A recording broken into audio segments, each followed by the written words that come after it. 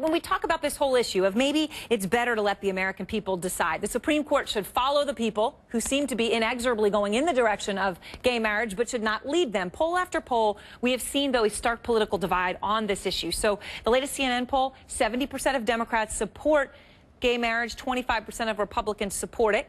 Obviously, those numbers are starkly different. Younger Republicans, though, is a very different story. The Republican Party is split on this issue. And out front tonight, Republican strategist Anna Navarro, who signed a legal brief meant to influence the Supreme Court justices to support gay marriage, and Ralph Reed, the chairman of the Faith and Freedom Coalition. I appreciate both of you taking the time. Ralph, let me start with you on this issue. So you could say, look, 25% of Republicans support it. It is clear our party is in line. We know what we want, and we don't want gay marriage. But when you look at younger Republicans under 50, almost half, 49%, support gay marriage, and as you go younger, the number goes even higher. Younger voters, of course, overwhelmingly voted for President Obama. If you make this a signature issue of the Republican Party, are you going to just become a party that's irrelevant? Well, I don't think that we've made it a signature issue, but I think what we've said is that the institution of marriage is the central and foundational socializing and enculturating institution in American civilization.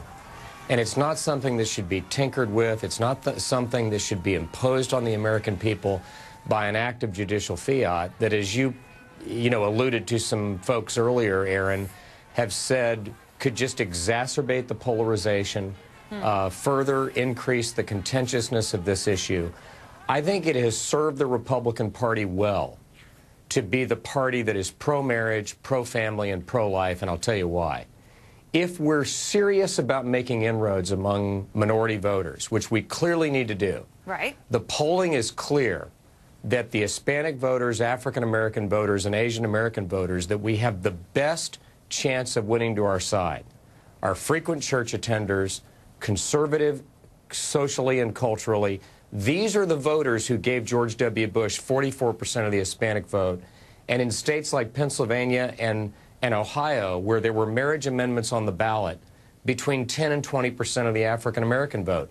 Any Republican nominee for president would take that in a New York minute today, and George W. Bush did it by being unapologetically pro-marriage. And I mean, it's an interesting point that Ralph raises. Dr. Richard Land, though, another influential voice, religious voice in the Republican Party, leader of the Southern Baptist Convention, said that young members of his community are over this. And I want to quote what he said, because it's a little bit different than what Ralph just said, and get your reaction. He said, basically, talking about the young people, they just don't think it's something we want to talk about. They say it feels intolerant.